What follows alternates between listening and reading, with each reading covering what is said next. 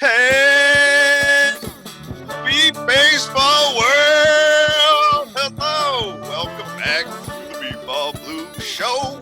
I am Neil, D-A-W-G, here as always with my co-host and the man who came along and saved the show from ruin, Seth Bam Bam Clark. What else is that, dog?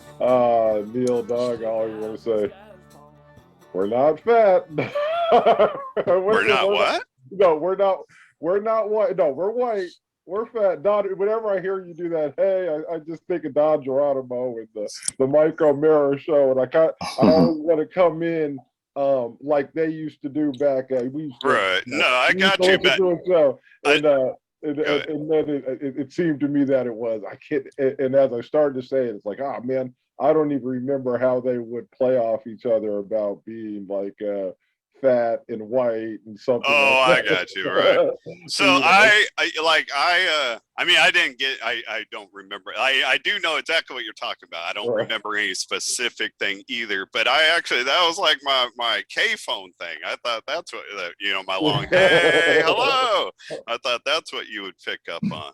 But we are back. We got a great show going. We have the great, fabulous Jonny Walker, an NBBA great from Colorado with us, and he is joined by his teammate from the USA Legends, Marvin Morgan. Gentlemen, welcome to our show. Thanks for jumping in with us this week. Good evening. Glad to be here. Good evening. Thanks for having us. It is our pleasure. I mean, for one, Marvin, ever since Seth and I are both big football junkies, and towards the end of the show, we're gonna pick your brain about football a little bit. I got the story you shared with me. I can't wait for you to share with Seth. Although I sold it incorrectly though. I said it would awe Seth. It's not gonna awe you. But it is. You will have. It's gonna have special interest to you, Seth, dog. That I guess we'll leave it at that for now. Should I get my tissue ready? Is it going to be no? Well, I mean, you haven't cried since you're like 9 years old, so I'm not worried. I'm never worried about that. No, I'm getting older. You're not gonna cry. It's gonna be one of those things. You're like, no way. That's gonna be your response. So, and I've been looking forward to it since Marvin shared it with me. But also, man, Jonny Walker. We're going to start with you as far as finding out your background, but I honestly, I mean this from the bottom of my heart, and I don't think that I could pay you a higher compliment. So for me, the Jim Quinn Award that the NBBA gives out every year, like that's something anybody should be proud. Like I would love to be in the running for it someday, much less win it. I think that is the most valuable thing that you can win in our league. And honestly, Jonny, everything I know about you, like any year that you've been with the team, you're probably eligible to win the Jim Quinn Award because of everything you give to your team. And I mean that. Well, thanks so much. Definitely one of the highest honors of my life. 2011 it was. So I'll never forget it. It was in Indianapolis, and I was shocked and honored all at the same time. It's really neat to get rewarded for something you love doing too. All right, exactly right. Can I just ask, since I've been there and I was there that night, at what point do you realize, when the Jim Quinn Award is, if we all don't know, it's when they announced it, they just announce it by reading the nomination letter. So you don't know who it is until you get to the back of or to the end of the letter. Everybody's always guessing or whatever. It's like, oh, I know it is. When did you know it was you? Or did you know beforehand, or how did that happen? I had no clue. I had no clue, Seth. There was that some of the details that came out in the letter made it pretty obvious that it was me. But especially the part about saving somebody's life. At one point it was kind of a funny story. I'll recap it real quick if you'd like to hear it. Sure. When we went to Fort Lauderdale in '94, that was my first year pitching, or as a pitcher at the World Series, and they had a beach right across the street from the hotel we were staying at.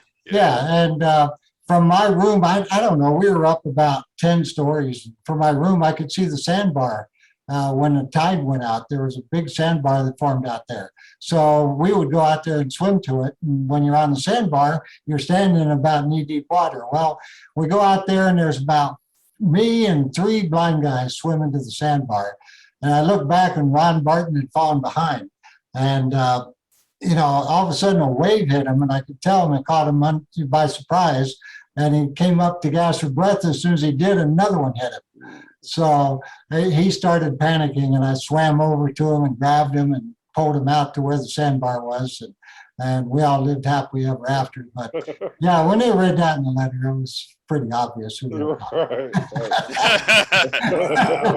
Come on, it's just Ron Barton, though. I mean, it's not like a Hall of Famer. What'd you go back for? I'm kidding. Love Ron Barton. Yeah, it was. It always was. I've never seen fear like that in anybody's eyes, and especially somebody that's totally blind. Yeah. No, I said that. I served on the board with Ron Barton. He's a good NBBA man. So I said that totally just. Jonny, how'd you find the sport of b-ball? What got you playing? Yeah, I was working for City Court Diners Club in Denver, and they had hired a couple of employees who were visually impaired. To do a job that I had done before. And I'm thinking in my own mind, there's no way these guys can perform that job. I had to use flip charts and all these visual aids to do the job myself. And they came in using JAWS, job access with speech. Right. We had dumb tubes back then. So that was a pretty good feat. And then, so it was incredible. They came in and just did a bang up job, but they kept talking about going to softball or going to baseball practice after work.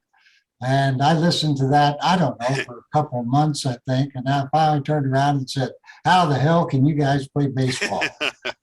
And for almost a year, I would say, they tried to explain it to me. I could not grasp it in my head. They finally got me out to a practice in '92 in the spring. And then that year was St. Louis Park, Minnesota. That was my first series experience. I was pretty much a gopher that year, backup spotter and just doing whatever. But man, I was hooked. At the time, I was doing a lot of volunteer work, and I was also playing softball 3 or 4 nights a week and every weekend tournament that came along.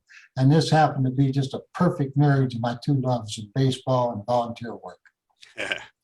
That's awesome. I've known you for years. I've never known that. That's awesome. Well, we're going to bring you back in a minute and start talking about the legends, but let's bring you in, Mr. Marvin Morgan, because man, you're one of our players that has a different story. We've talked about it on this show before, like baseball, right, football, basketball, all these sports that sighted kids play, like they grow up wanting to play, you know what I mean? But right, sighted kids don't grow up even knowing about beat baseball a lot of the time, much less wanting to play it. So you didn't, how old were you when you lost your sight, and how long was it before you found this sport? I lost my sight in 2006 to a horrific accident. I was 46, and I didn't find the sport of beat baseball until I was like 54. All right. 54.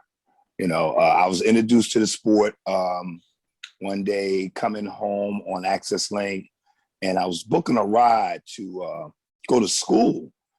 And this Caribbean lady asked me, said, you used to play professional football? And I said, yeah, I said, yes. And she said, would you like to play baseball? I like how you sound all casual, like we all played pro football. Yeah, I ate a tuna sandwich too. Well, at that time, like I said, I considered myself, I said, now, what is beat baseball? And she couldn't explain it to me. And then she introduced me to a gentleman by the name of Steve Rutch. And I never forget, I went out, and that was the year they was going to Minnesota. Jonny probably remember that. That was the year they went to Minnesota for the World Series. That's 2014, so I went out I believe. 2014. Right. So I went out to the practice, and with a little high school background from playing baseball and a little semi-pro baseball background, I went out there and I could not tip the ball. I must have had about 20 at bats, couldn't touch the ball. And then they asked me to run to the base. And that was a challenge. I was zigzagging and you know, and I heard guys laughing. And at the end of the practice, I was like, I don't like this sport, man. I'm not going back. I'm not going back. I don't want to do this. And while they were at the World Series, when they came back, something just clicked on. I said, you know what? I got to go back and try this again. I said, I'm an athlete. I said, I can't let these guys outdo me. And I went back to practice, and everything else wrote itself. Leading us to this episode, because we've talked about the USA Legends. Anybody that's been close to the sport knows about this team being formed together. Marvin Morgan had been playing for the New Jersey Titans, but it took a chance when they invited you to come play. And so there's two things about you that are unique to just you in our league, as far as everybody knows. One, you've got a background in the NFL, professional football, and then you ended up playing in the NBBA. And two, this year making the offensive all-star team as a 61-year-old out there playing against all these young. I mean, not too long ago, Kevin Simpson, Hall of Famer, was on the show talking about how this game, he's been around 35 years, how this game's athletes right now are better than they've ever been. And 61-year-old Marvin Morgan said, but you ain't better than me. Man, Marvin, talk about making the all-tournament team. Oh, man. It starts with that gentleman right across from me, Jonny Walker. None of this couldn't be done without my teammates and especially my pitcher. We always talk about in baseball. One thing you can control, you tracking the ball and making the defensive play, you can control that. But it's not like baseball, you know, you can go up to bat, you can watch the pitcher, he's throwing the curves, he's throwing sinkers, and you can watch him, and now you're coming out to hit. In this sport, you have to have a consistent swing. And you have to have a consistent swing and listen to your pitcher. And Jonny, hey, you make it sound so easy, and it sounds so easy. Yeah, right. I'm listening to you. Have struggled with that for decades now. So I have too, but you know, Jonny made it very easy because I did have a swing that was all over the place at one time, and then what happened was he made it so easy where he comes up to you, he talks to you. And I never forget this. And it always stuck with me. He said, Marv, hey, he said, just relax. And he didn't know, because he didn't know how I swung, but I changed my swing to the lowest swing I can possibly, the lowest I can go. And if you go to the bottom, I mean, the only place you can go is to the top. But when I'm at the bottom, if I'm swinging low, that's a consistent swing. Can't go no lower. And he said to me one day, and I swear it stuck with me and it sticks with me to the day. He said, Marvin, relax. Life's a pitch. Hit it hard. And he walked away. He walked away and he left me there by myself. And I thought about it. And I think that day when I went to practice in Ohio, I bull crap you not.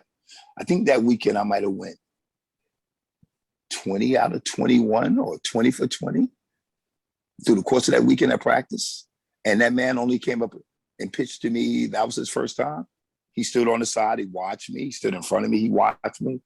And we missed the first couple, and then after that, it was like clockwork. And it was so amazing to me, man. It was just like, I was blown away.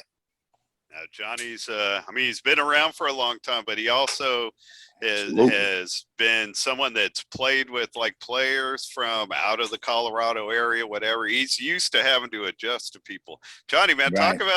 talk about putting this old man on the all tournament team. What was that like for you? Well, what an honor. I mean, he put the USA Legends in the record books. So I give a lot of credit to Marvin. He listened well, and that's all you can ask for as a pitcher. Is that because you got to work together.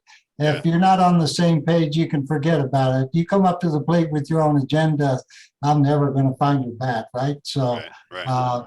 it was he listened well, and we just got in a groove. And like he said, with a consistent swing, if he doesn't hit the ball, it's my fault. I take those strikeouts really personally. You know, I mean, the strikeouts are always the batter's fault, but I take them personally. So do we. I heard that differently. I thought. I thought it was always the pitcher's fault. Hey, Seth, something that should be noted: this dude Marvin still runs a 4.75 base. Like he's not just out there clubbing the ball. This guy can run, man. Yeah, give him credit. He did miss one, and I jumped on him for missing that. Oh yeah, you ought to, coach.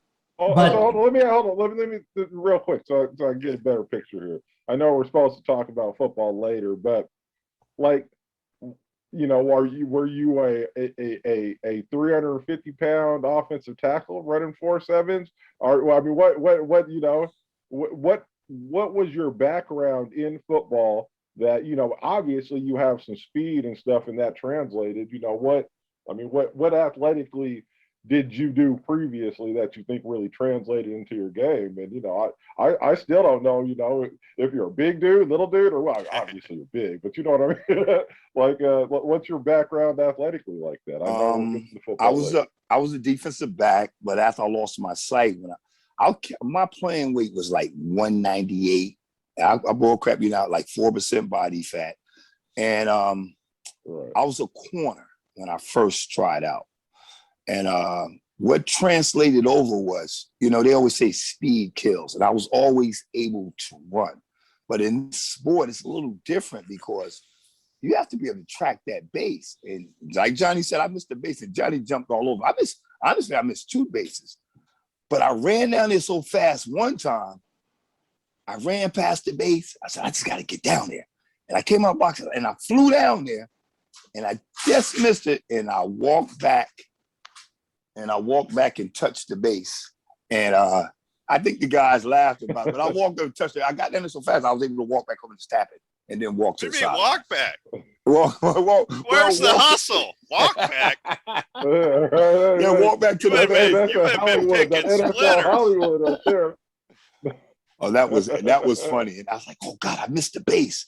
And I tapped the base, and Johnny looked, I could tell he gave me a look. You know, you could tell when somebody is staring at you. He said, all right, Marvin. You know, and I heard that, and I walked. I said, Johnny, good pitch. And I just walked off. You know. Actually, just real quick. I've always thought that.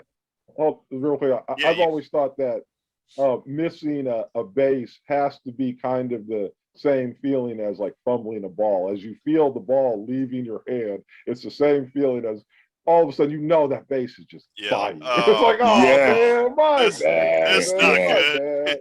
Now, you know, if I could just interject real quick too, one of the coolest things about this sport is getting somebody that's been visually impaired all their life and never been able to play sports. When you see them get their wings all of a sudden, when you see them all of a sudden running a 6-second base, or, you know, playing some outstanding defense, doing stuff they've never done before, and they just become emboldened. Marvin already had that. I mean, he knew how to run. He knew all that, and you know, just seeing somebody able to get loose and just take off and do what they love to do. That's one of the biggest drills for me. Yeah. Go ahead, Marvin.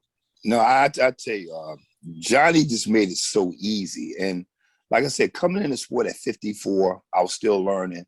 But even when I thought I knew what I knew, when I got to this guy here, I felt like a kid on the team because I was able to relax and just play beat ball. And I had so much fun. And I felt like I was 13 all over again. The kid came out of me, and he made it easy for me. And I think the biggest thing, the team started depending on me, and it became really, really fun. You know, like it's always been fun, but it became fun. I mean, it's just like, I couldn't wait to get up the next day and play again, you know? So I learned so much, especially from Johnny Walker, man. If he started a team tomorrow, I would be there. You know what? I bet there's a pretty good list of people that would follow you, which is a good actually transition because I wanted to, I learned Johnny from Marvin that this Legends team was really just supposed to be like a weekend tournament thing or something, and it kind of blossomed. Yeah, and I'm sure you were part of that. So, John, tell us about the Legends and how this all came together. I got a call a couple years ago. Actually, COVID kind of messed things up for 2020. It was, I guess, and but I was resistant to doing it. Some of the circumstances that have happened in my life, having lost my daughter a couple of years ago, and I'm raising a 2-year-old child now, so I got a lot going on. And yes, sir. To try and get back into beat ball like this. So last year when they called. It was either a point of weakness or whatever, but I kind of thought, I really need to do this again. I need some semblance of normalcy in my life, and doing beat ball for almost 30 years, that was normal for me. Yeah. And and they said, we're not going to practice. That was another selling point. Seth and I would have played if we knew that. This guy needs no practice, man. This guy. Yeah, we had that 1 weekend practice, and true to form, we did.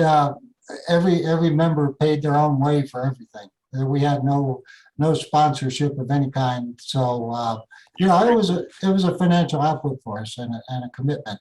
You're preaching to the choir. Seth and I come from the West Coast Dogs. It never. Well, yes, we had a little bit of. We had a decent amount of help when we went to Taiwan.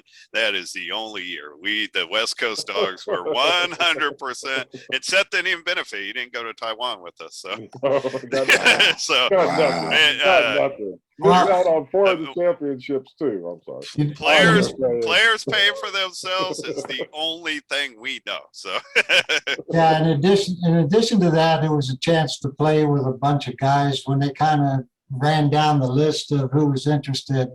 When you're playing beat ball and you play against other teams, you always kind of imagine what it'd be like what would it be like to pitch to Bam Bam, or what would it be like to pitch to Neil McDonald, And no pitcher has ever wondered that, John.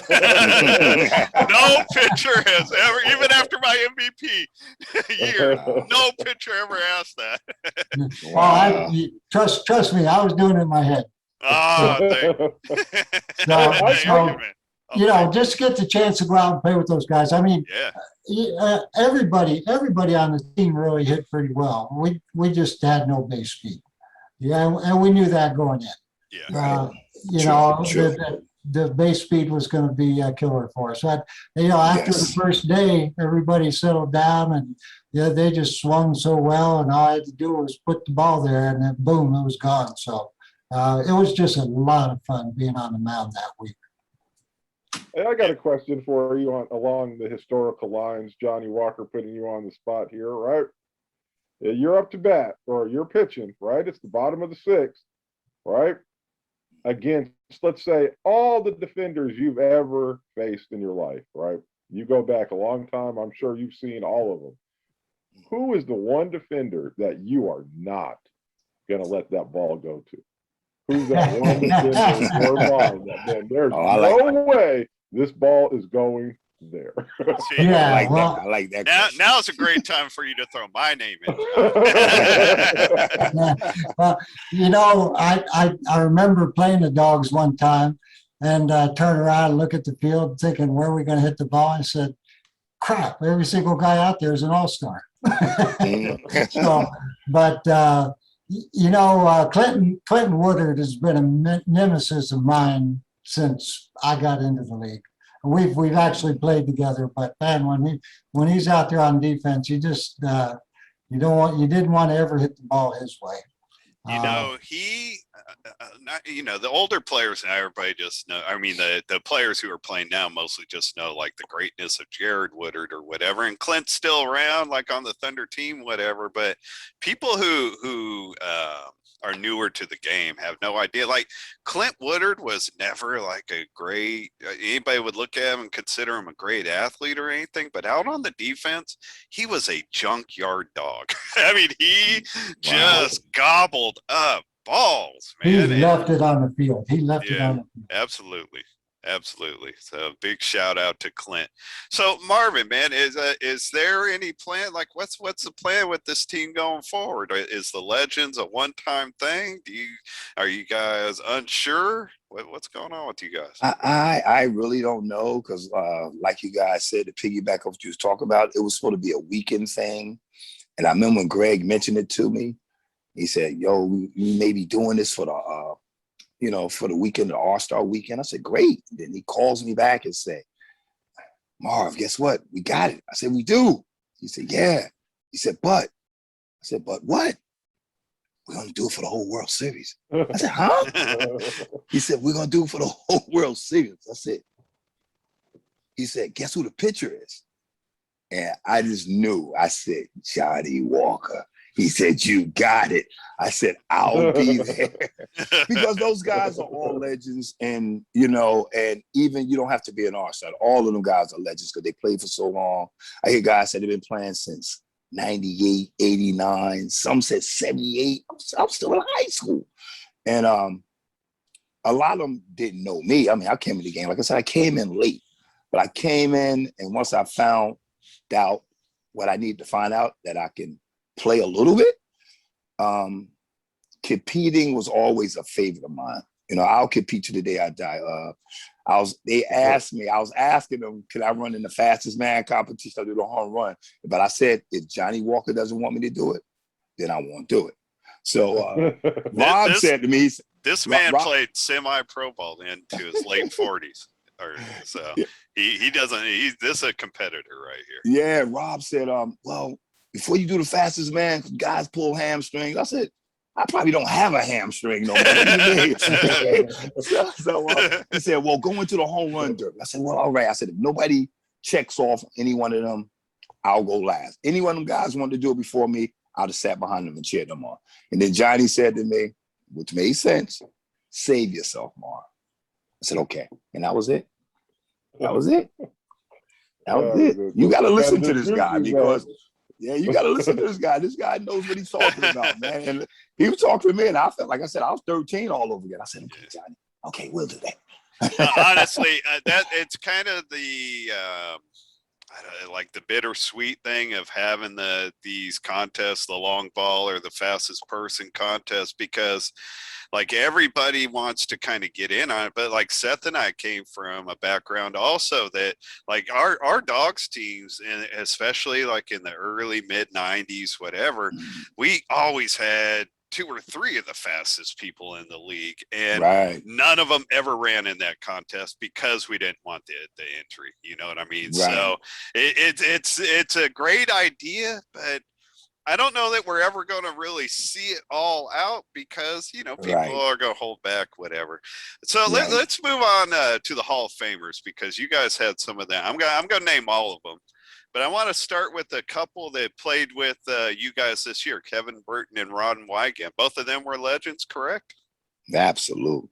How do you guys? Seth has experience playing with Rob Wygant, and we both have experience playing against him. But how do you guys like playing with these Hall of Fame inductees? Jonny, go ahead. This yours. I thought it was absolute thrill. Like I said, it was one of those kind of dream come true moments where you get to actually pitch to somebody that you played against all these years, and I didn't even know that we were playing that they were going into the Hall of Fame.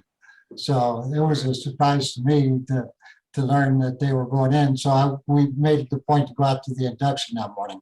But what an honor, and to be on a team with so many guys that have won rings or have competed for rings, and other Hall of Famers. And we had 2 past presidents on the team, Dan Green and David Smoka.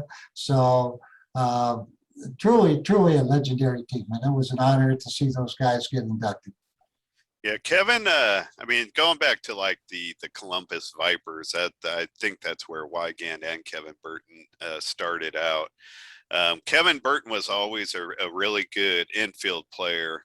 But Rob Wygant to me is one of the best, probably 3 or 4 outfielders of all time in our sport. Like he, in his heyday, I haven't been around out on the field lately, but in his heyday, Rob Wygant was an unbelievable outfielder. He just ran stuff down. He both of them were good offensive players too, but those are 2 really, really good defensive players.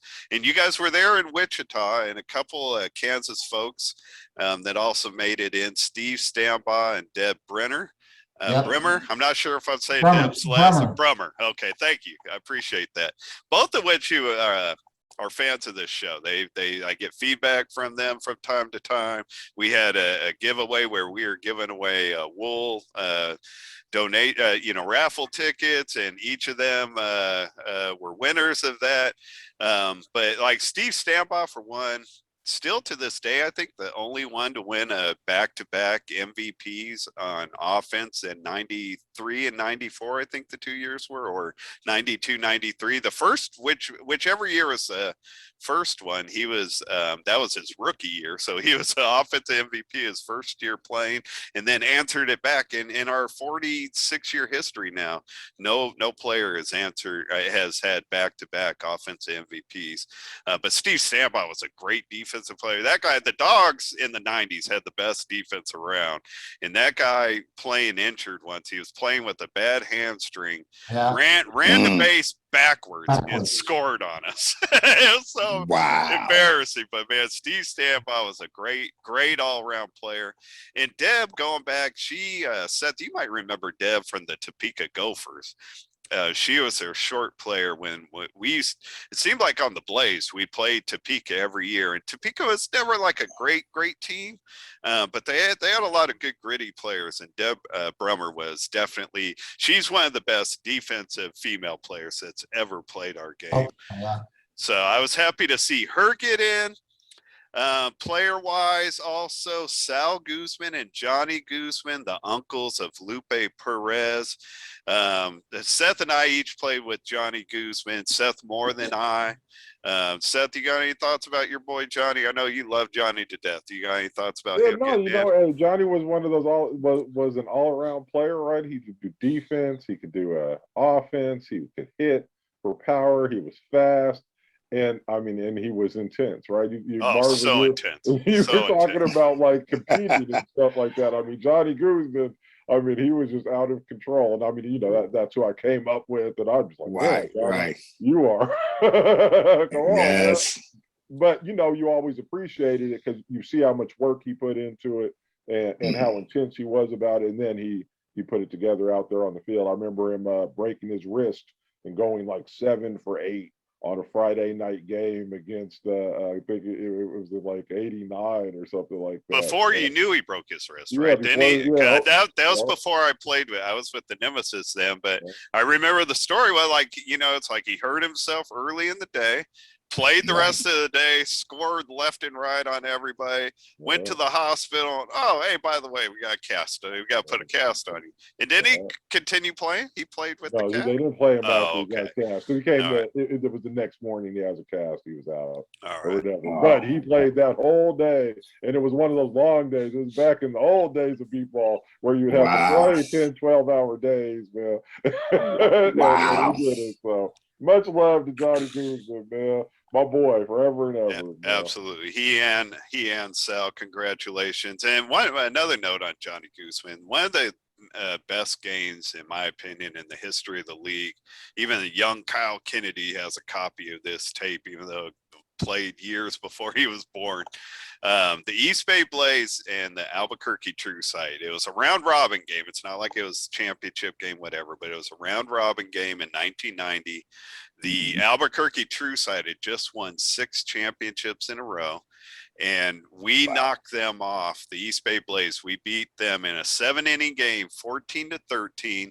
Two things to note here. One, the very first home run ever hit in the history of our sport. That was the first year we had the 180-foot line, and Seth Bam Bam Clark was the first one to ever hit one over that line in that game against Albuquerque. Wow. And Johnny Guzman, playing in deep left field, had 9 putouts against Albuquerque. 9 putouts in deep left field. So Johnny was just an unbelievable athlete. And rest in peace. He's been gone since 1992, I believe. Wow. 91, 92. I believe late 91, maybe. It was December of 91. Okay, yeah. So wow. Rest in peace, Johnny Guzman. And we do have 2 more to get in there. Bob Biggers' little brother, Dale Biggers, made it in as a spotter. And then also Glenn Hopkins. I'd like to give a shout out to Dale Biggers. I played with him once this last year at the with Value City? Yeah, in Tulsa, I believe. He came with us. He's spot. I was relegated to the DH by that time, so I didn't get to partake of any of his spotting. You can't claim he's a Hall of Fame spotter. Yeah, you just played with him. I'm just another person I played with, man. But talking to him about defense and stuff like that, man, he obviously a wealth of knowledge. So I was glad to see him get in there. Good man. And then also somebody that you and I spent a lot of time competing against, Glenn Hopkins, just simply known as Coach. He was the head coach of the Austin Blackhawks during their 7 championship. When they won 7 in a row, he was their head coach. He was their spotter, the only spotter. He never said, to my knowledge, never spotted with anybody else. A funny story about Glenn Hopkins, just to show you people who are just kind of on the margins looking in at this sport like, oh, these guys are all so nice.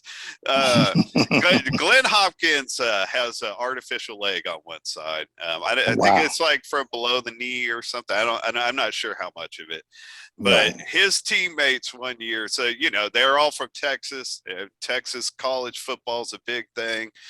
Most of those guys love the University of Texas. I think Coach is either like a A&M fan or a Texas Tech fan or something. He wasn't a fan of University of Texas, and his players stole his artificial leg one year during the tournament, and they painted it like orange and white. I think that's the color University of Texas. Yeah, burnt orange. Yes. Man, they took his artificial leg and painted it team colors that weren't even the team colors he wants. But I don't know. Wayne Simpson might have made that up when he told me that story. But if that's not true, everybody go after Wayne Simpson. Oh, God.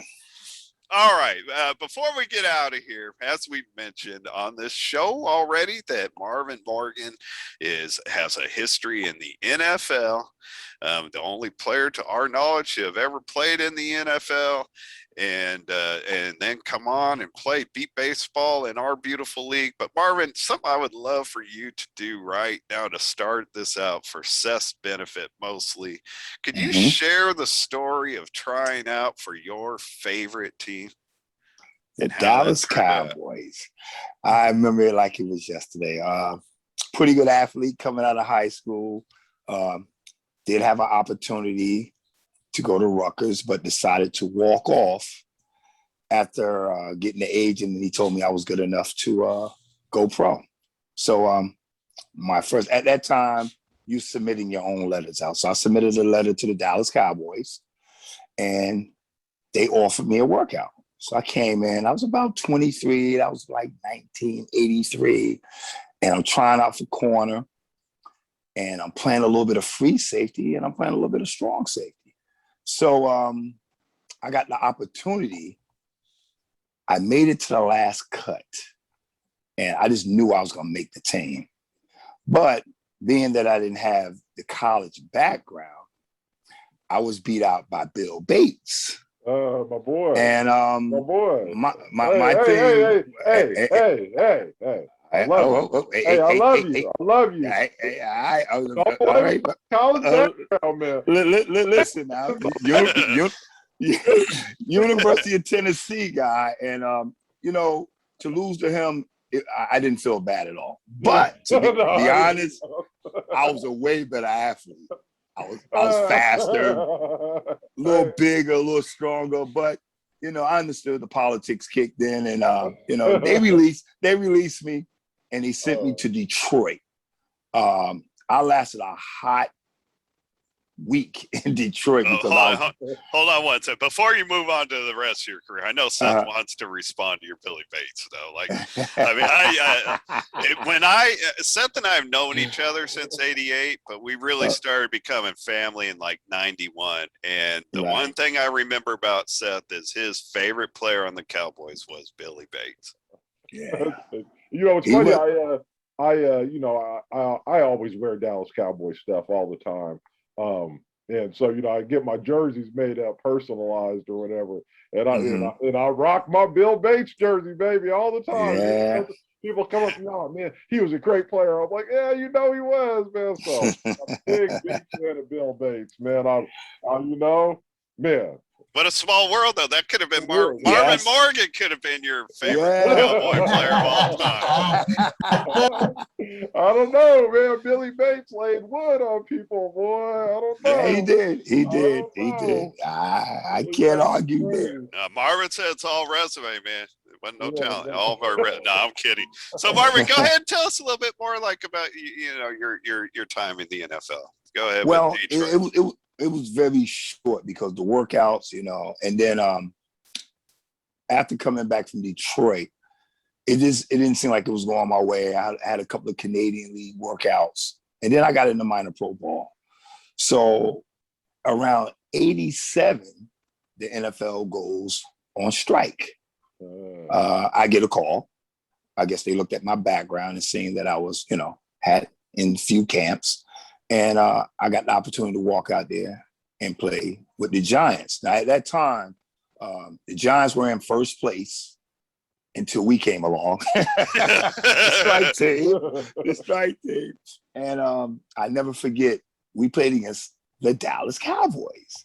And at that time, I was still running about a 4.4 at about 27 years old. You know, that's considered kind of old in the NFL. But I never forgot, Lawrence Taylor crossed over the line, and it was an honor to play with him. And we was playing the Cowboys at Giants Stadium. And Tony Dorsett got a pitch out, and I was playing free safety. I had an angle on him that I thought that when I met him, I was going to knock him into the water cooler. But evidently, Tony must have been about a 4.3. And he went into a gear that I never saw before. And I just stopped running. And I just hunched my shoulder. I said, wow, I thought I had him. You know what I mean? And then it was, now you see me, now you don't. And I guess Tony Dorsett is a Hall of Famer in the NFL. And he said, Marvin, I just don't want you to touch me right now. So I'm going to show you something. You know? And that's when I realized how fast the NFL really is. I mean, at that time, you know, I was 3 years removed from the Cowboys, but 4 years, something like removed from the Cowboys. But that's what it was. But it was an honor to get out there. That speed thing, though, that's not at that time or whatever. That's an NFL thing. The one consistent thing I have heard my whole adult life from players making that transition from college to the pros is they're blown away by the speed. Everybody's the best athlete from their school. Yes, they all can run. And like I said, everybody's fast. Everybody's good. But, you know, during that strike season, who got the praise? If you watch 20 for 20, ESPN, they don't talk about the Giants strike team. They talk about the Redskins. Right. They talk about Gary Clark and Sanders, Art Monk. But Art Monk wasn't part of the strike. I think Gary Sanders. I forgot. I don't know if it's Gary Sanders. I think he's I'm trying the to one. pull it out too. I remember Clark and Sanders. I remember that trio. Yeah, Steve Smith, the running back. Those guys were all strike players that made the Washington Redskins team. They didn't release them guys. Oh, wow. You know, yeah. And they got the biggest shine when it comes down. If you watch the NFL 20 for 20, talk about the strike team. All they talk about is the Redskins. And they put them in, I think, the year. I don't know if they went to the Super Bowl, but I know they made the playoffs. But that strike team kept them on board. Yes, No, yes. I don't. That was a long time ago. I was about 19. I got 19 then, and I do remember all that. You know what I mean? In Right, pro sports, like a strike usually just means shut down. But I remember that right. big deal about the NFL going on. What they called like a walk-on players or something. What was Scab players. scam players? Scab players, Exactly scab right. players. The scam players. So I remember all that, but man, I was so young, like the impact of it, like, you know what I mean? I don't remember who made the playoffs or anything like that, but Right, man, right. it's really cool hearing it from somebody that lived through it though. Yeah. Cool. $1,500 a game. It didn't seem like a lot of money now, but that was a lot of money back then. I'll tell you guys, I'll take it right now. I don't care. Yeah, I said, man, listen, I said, somebody coming up to you, ask you to play pro baseball or something, you got that background. Yeah, I'll cross over. Absolutely.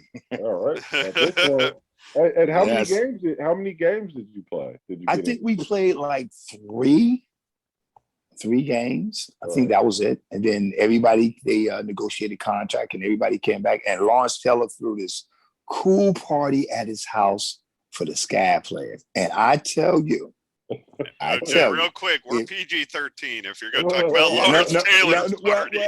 I'm going to tell you, I'm quite sure Johnny Walker. So if you guys remember the movie, Any Given Sunday, oh yeah, I tell people there were parts from that movie. I mean, from his party that he put in that movie. And it was just so cool. I just shook my head. Man. Lawrence is crazy. But he had a club here in New Jersey called LT's, and it was jumping every Friday and Saturday night. So I'll leave the rest out. We'll talk about that. Steaming Willie Beeman, isn't that? Yeah. That was Any a cool Given movie. Sunday? Yeah, one of my favorites. Well, fellas, I don't have anything else. Seth, you? Hey, real quick, Neil. Yeah. Go ahead, Johnny. And then I do have one more from Marvin. Yeah, I wanted to share with you real quick about Rob Wygand in that second game in our round robin. Kevin Simpson watched Rob almost make a play. He didn't quite get the put out, but he walked away from the mound out towards the field saying, "Rob, after all these years, man, you still got it." You know, Yeah. just high praise for one of the greatest pitchers in the league. Absolutely. You know, for Rob's defensive skills out there in the deep field. I'm glad you brought him up again because I wanted to ask: did his son Nathan pitch to him, or did you pitch? Yes, we traded off. We traded off a bit. So the last game, especially, Rob said, it's kind of a family thing, but I want Nate to pitch to me this game. So, so the last game he pitched, that was the first time we actually, I think, switched in and out. But prior to that, it was either me or Nathan pitching, depending on the circumstances. Now we've talked about the family, involvement in this sport many times on the show, and the generational stuff. I love that Rob's son's pitch. He's about the same age as Seth's oldest son. And also, you guys, I almost forgot to mention this. I actually would like to build a show around this later down the road. But you guys had generations of Smokas out there. Dave Smoka and his brother Joe. Yeah. Plus, didn't Sam Smoka play with you guys? Also, was she there as a player? She was there as a volunteer. Okay. But either way, man, I don't know. I love all that stuff. Yeah, I had my son Timmy out there. We got back together for this trip too, so that was awesome. Quite an honor. And then I'd be remiss not mentioning how much Greg Gonteric was a big part of putting all this together. Absolutely. Unfortunately, because of his situation, his health, he wasn't able to attend. So prayers for him. Everybody keep him in their prayers to get that's better. My guy. Yes. 100%. I mean, big shout out to Rob. Rob's a dog. Oh my God, that guy's a dog. And I'm not forgetting about your question to Marvin, Seth, but on Greg Gonteric, because he played with us on the Dogs in 2002, so that we got a chance to play with him, and I mean that guy is just such a gentleman, period, and a great player. But Seth, you play with Greg on Bayou City quite a bit. You got a lot of experience with Gonteric. I played with Greg. Yes. Yeah. One of the what a class act. My claim to fame is, man, if you were a great player, I either played against you or played with you at some point in time in my career. Yes. So that's my Greg is a class act. Yeah, no, I love Greg, man. But Marvin, let me just ask you real quick before we get out the door. Sure. How did defense do for you? How was defense? You know, we hear about hitting the ball and running. But I never heard you say anything about defense. I'm gonna tell you something. These guys had a plan. My thing was, it was getting to me a little bit. I'm like, can I still play this game? So my thing was, I wanted the opportunity to play defense. But in their mind, they had me saying, nah, you're gonna DH. But I got an opportunity to play defense the last 2 games because it got a little hot out there. And like I said, these guys, it wasn't no complaining. And when guys couldn't go, I had to be ready. And I think my first defensive game, I had 3 putouts. Oh, wow. You know what I mean? Yeah. Right. So the thing was, I need some work on defense. My right ear is not as good as my left, but the Fonzie balls are so easy to track. And that grass surface was a defensive field. It was all for defense, but it was bad for the batters if you didn't have good speed to get out of the box. So it was 6 in one hand, half a dozen in the other. You know what I mean, guys? It played out the way it played out. I told Greg that we will make top 10, and we almost did it. Yeah, we almost did it, man. We lost the game, Aztec Warriors. We lost a couple of games that we shouldn't have lost, but I get it. I totally get it. And Seth, I'm glad you brought that up because Marvin and I actually had a long conversation the other day, and he exactly. I'm taking Marvin, Jonny Walker, right. and everybody else. I'm taking Marvin under my wing. I'm going to help him get out on the field on defense. Take me. He doesn't want to be he doesn't want to be your DH for everybody anymore. He's tired of being your dog and pony show, man.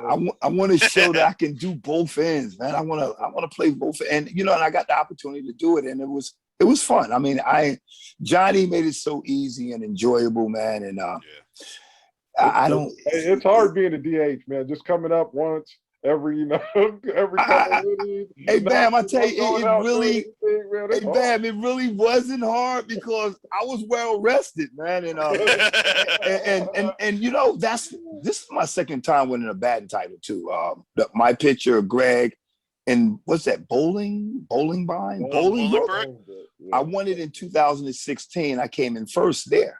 Okay. So this is like my second award. I think I was 57, something like that, 57, 58.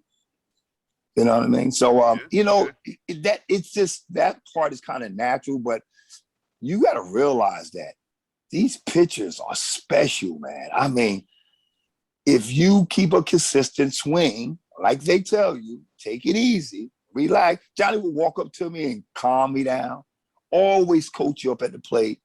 I had never seen nothing like this guy. Life is a pitch. Yeah, life is a pitch. And he'll walk away and say something. He said, all right, Marv, give me the first one. And I will swing. I swung so hard one time. Jonny Walker said, what was that? I said, what happened? He said, you almost broke your back, it looked like. But I knew if I connected, it was going to land in heaven somewhere. I did just that one cut that you just swing for the moment. And he didn't mind it because he would settle me down. Said, now, Marv, let's play beat baseball. I will point out, having Jonny Walker, it's a spoiling event, but it is kind of at times. You can have a very consistent swing, and with the wrong pitcher, you can strike out a lot. Yes, I learned so much. And I love that song that he sings, and that got me through. I'm gonna tell you something. The song got me through the World Series. It was something that just touched my heart, and I knew that it came from the Colorado Storms, and that after hearing what happened with him and his daughter.